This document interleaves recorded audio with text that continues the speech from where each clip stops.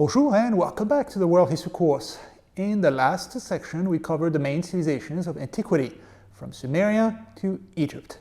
That took us all the way from the invention of writing in 3000 BC to the Pax Romana at the beginning of the Christian era. Our main focus was what each of these civilizations achieved and what they bequeathed to us. In this section, we will cover some of the same regions and time periods, but from a different perspective. We'll study the origins of the major religions of today, from Hinduism to Judaism, Buddhism, Confucianism, Christianity, and Islam. World history often feels like comparing apples to oranges because we are bunching together such disparate societies. But every civilization in world history has had a religion of some sort, so that's one common point that is worth discussing across the board. As you may have noticed already, religious people tend to argue with each other a lot, and they even fight wars with people who don't worship the same God. But as we jump from one religion to the other, we will notice a number of similarities as well. In particular, ask yourself, how do various religions address those three key questions? 1. How did the world originate? Do they have a creation myth? Which moral values should we follow into this world? Do they have ethics? And 3, what happens to us after we die? Eternal life. If you look at this map, you'll notice that religions are not distributed equally. They tend to be stronger in the region where they originated, like Hinduism in India, for example. But you will also find Christians in Brazil and Australia, which is a very long way from Bethlehem. So how did religion spread from one area of the world to another? That is another question that we will ask in this section. Notice also on the graph that some religions are much bigger than others. Christianity and Islam were the last major religions to appear, and yet they have over 1 billion followers each. Meanwhile, some other religions that have been around for much longer, like Judaism, only have a few million followers worldwide. So how do you account for that disparity? What has made some religions grow more than others? Obviously, if you're devout Christian or Muslim, your answer will be, my religion succeeded because my God is the only right one. But this is a history class, so we can't resort to supernatural causes to explain historical development. Instead, we will mention factors like war, colonization, or a religion's eagerness to proselytize, which means to convert others. As you know, religion is a sensitive topic. I'm not here to tell you that this religion is better than others. I'm just here as a historian to study a cultural phenomenon, religion, that has had a huge impact on the history of the world. So to do so, I will follow a secular approach. I will look for verifiable factors to explain why this or that event happened. I'll mention gods, of course, but I won't use divine intervention as a causal factor to explain why this or that happened. I also try to be as neutral as possible. I'm not here to tell you how great or bad a particular religion is, or even if there should be a religion at all.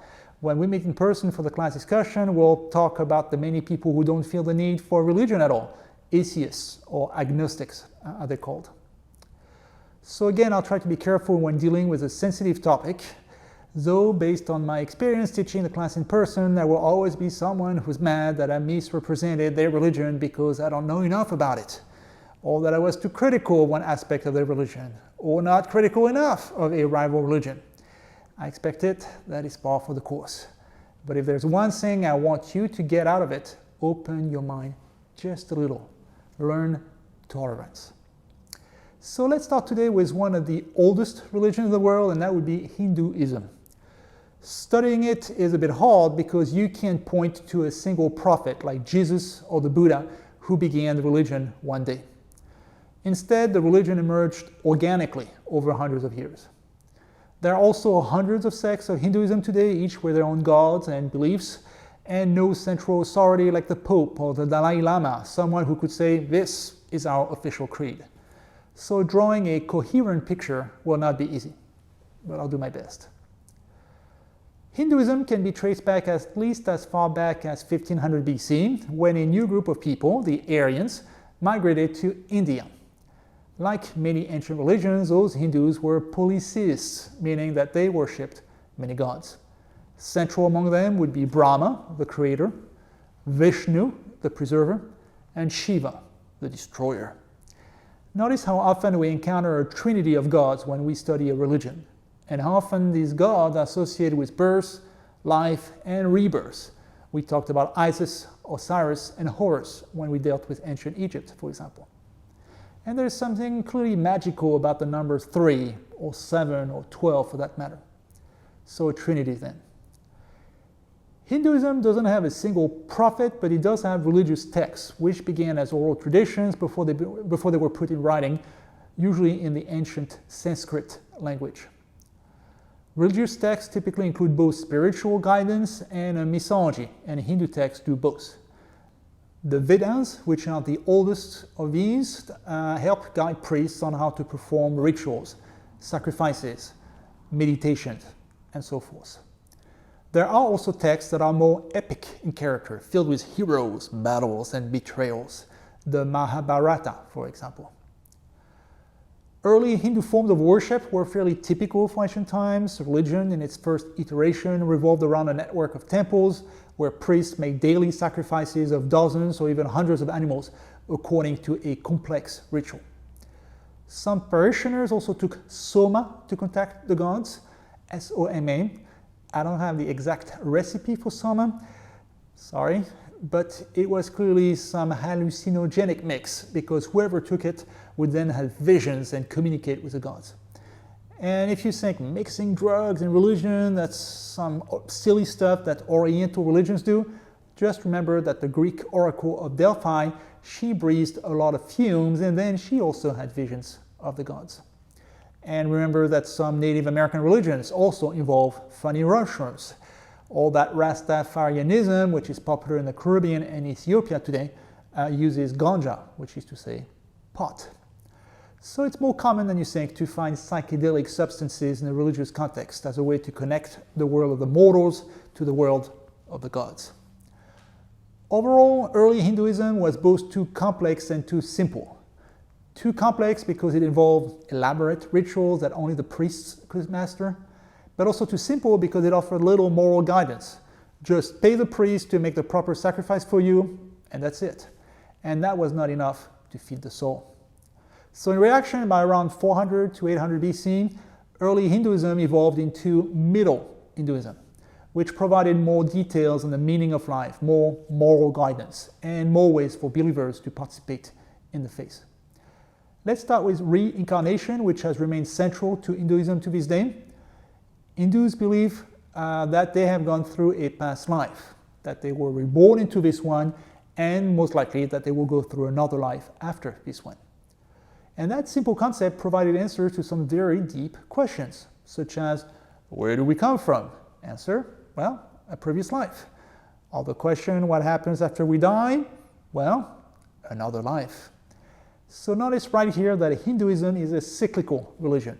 Think of it as a circle where you constantly go back to square one, like the movie Groundhog Day. Buddhism, which we'll study later on, is the same. By contrast, we will study other religions like Judaism, Christianity, and Islam that are shaped like an arrow, not a circle. They have a clear starting point, a Genesis, then a story that unfolds over time, and ultimately a day of last reckoning, a Messiah, an apocalypse, or some kind of endpoint. That distinction between cyclical religions and historical religions will be one of the main dividing lines in these sections. That roughly corresponds to South Asian religions versus those born in the Middle East. So you might say, well, it sounds great to have multiple lives. After all, most people are afraid of death. And there is something terrifying about the realization that our life will end someday for good, and our loved ones who have already passed away, they will never be with us again. Hinduism, by contrast, tells us that we'll get another go around, but it's not as good as you might think.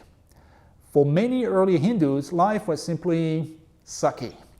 Life meant constant, hard labor in the field, delivering one baby after another in terrible pain, and, in the absence of modern medicine, disease, agony, and an early death.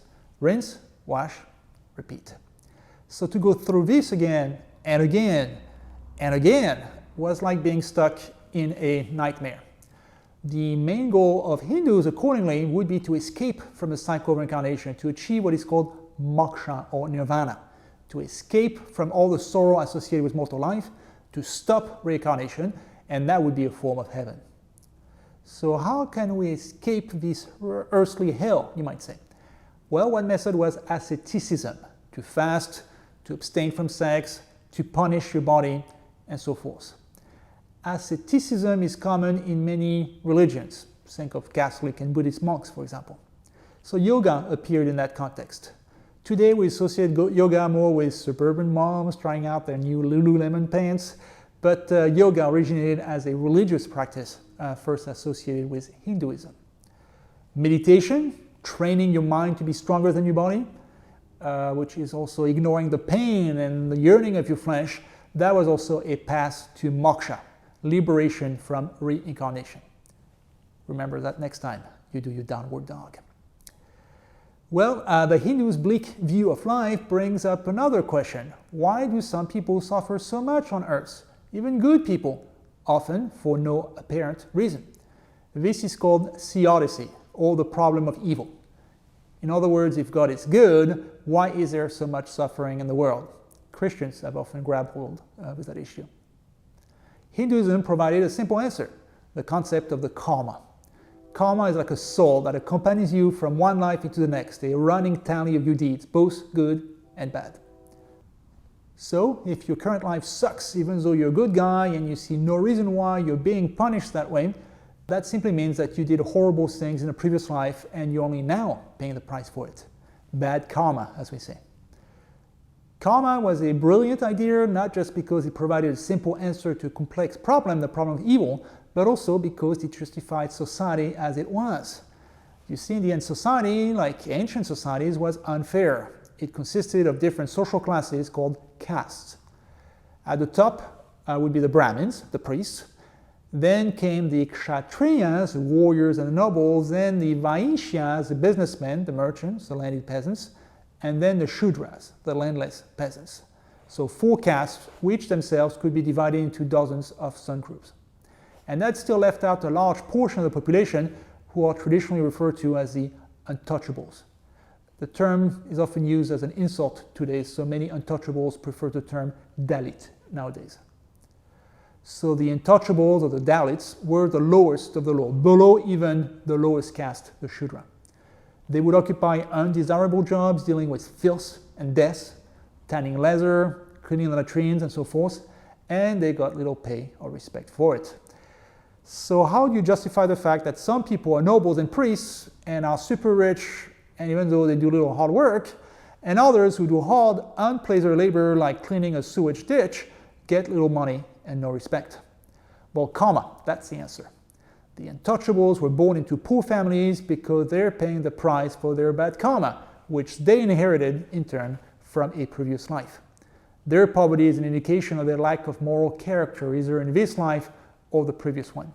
And that's genius. It shifts the debate from social inequality, which can be fixed in this life with a revolution, to religious purity, which cannot. If the problem is social inequality, the solution is get a pitchfork. Off with their heads, I say. But if the problem is a lack of religious purity, then just bow your head, be nice, obey the king, and wait for the next life for things to improve. So if you believe in the caste system, you don't resent the rich and the powerful, you admire them. Priests, nobles, warriors, they are at the top because they are saintly figures with a squeaky clean karma. Untouchables, as the name implies, would have to stay at a distance from better castes. They would live in another area of town, worship at a different temple, and they would definitely not marry the daughter of a Brahmin.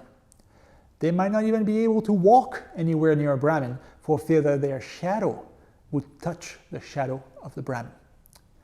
So obviously, if you are a devout Hindu, you're saying that this inequality is ordained by the gods. But as a historian, I can't help but be cynical and conclude that the Hindu religion, like so many others, was a convenient way to justify why elites should get the biggest slice of the pie.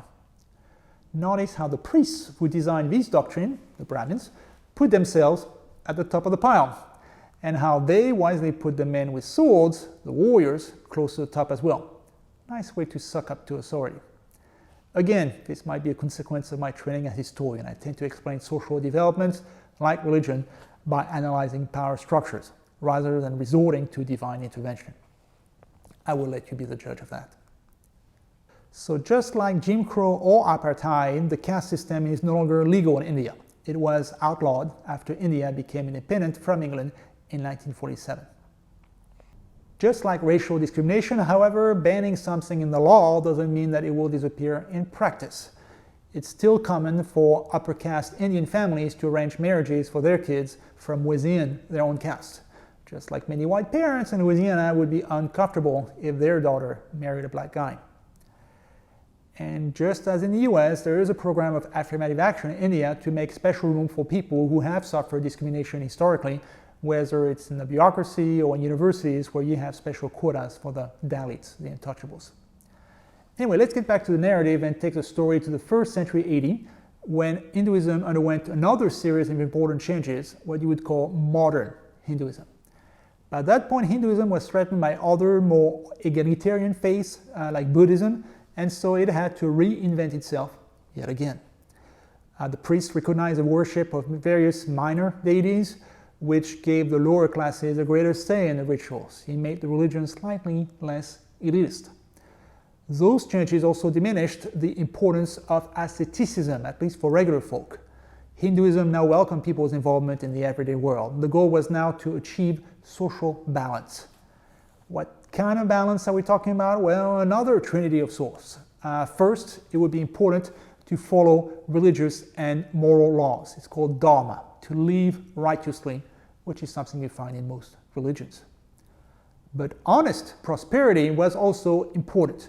To find success as a merchant, for example, was a way to show that the gods were smiling upon you. Think of the prosperity gospel in Christianity. And I want to emphasize honest prosperity. Robbing a bank, that doesn't count.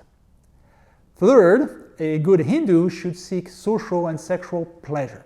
Have friends, a good marriage, a place in the community, and yes, good sex, which is very unusual. Most religions preach that you should forsake the pleasures of the flesh to purify the soul. Charity, poverty, abstinence are often high on the to-do list. And that's especially true of Catholic Christianity, where you're more likely to see the statue of a Virgin Mother in a church than a half-naked goddess who's working her way through the Kama Sutra. Which, incidentally, may also explain why Hinduism was so appealing to hippies and the counterculture of the 1960s. It's a religion consistent with the 60s agenda of sexual liberation, and where you could also get high to boot.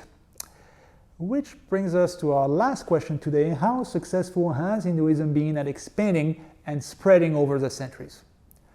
Many of the religions of the ancient times have disappeared today. You don't often encounter people who worship Baal or Zeus today. But Hinduism is still going on strong in India, a country of 1 billion people plus, where about 80% of the population is Hindu. So that makes it the 3rd largest religion in the world today, after Christianity and Islam. Notice, however, that there are very few Hindus outside of South Asia, which begs the question: how has Hinduism endured in its own country for so long, but also not spread as much? More generally, how do you even become a Hindu? And the short answer is you don't become a Hindu. Devout Hindus don't think that you can really convert to it. You're born Hindu, and that's it. And if you're sad because you are not Hindu, you were not born that way, well, don't worry. There will be other lives. Remember, you might be reborn into a Hindu. So as a result, you don't find the sense of urgency in Hinduism that you find in Christianity, Islam, religions that only account for one life on earth and put a big premium on converting others right now before Judgment Day comes and it's too late. Later in the section, we'll see that religions often spread when they're backed by a powerful army. But India traditionally was not a colonizing empire, and that limited the ability of Hinduism to export itself, except maybe through emigration, which has brought the number of Hindus to England or the US in recent years. Hinduism, however, has had significant influence on other religions born in India. And these are all technically different religions, but there is significant overlap in the same way that Judaism led to Christianity and then Islam. Jainism is one of these cousin religions of India, and it pushes Hindus' ascetic practices to an extreme. Its most distinctive feature is non-violence. Jains refuse to hurt anyone, including animals. So devout Jains are vegetarian, of course. Very devout Jains even wear a piece of gauze on their mouths to avoid swallowing bugs inadvertently and thus killing a living being, however minute. And very, very devout Jains even embrace death by voluntary starvation. When they reach a certain age, they decide to stop drinking and eating, even vegetables, so as to stop harming the world around them. They essentially turn themselves into a living mummy as they slowly waste away. Not surprisingly, the Jain religion is fairly small since it sets such a high standard of morality. A more recent addition to the mix in India is Sikhism, which appeared around 1500 AD and borrowed both from the Hindu faith and from Islam, these being the two rival religions in northern India.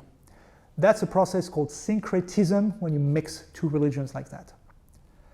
And finally, beyond Jainism and Sikhism, there's Buddhism, and we'll have a whole lecture on that religion. But you'll notice that many concepts like karma and reincarnation were clearly inspired by Hindu practices, which shouldn't surprise you since the Buddha, the founder of Buddhism, he lived in India. So, to summarize what we learned today, we learned that Hinduism is a polytheistic religion from India, tied to this country's caste system, whose central beliefs like karma and reincarnation are also shared by Buddhism. Before we get to Buddhism, however, we'll take a detour through Israel first, so that we can study another religion from antiquity that has somehow endured all the way to our modern time, and that's Judaism. Goodbye, au revoir.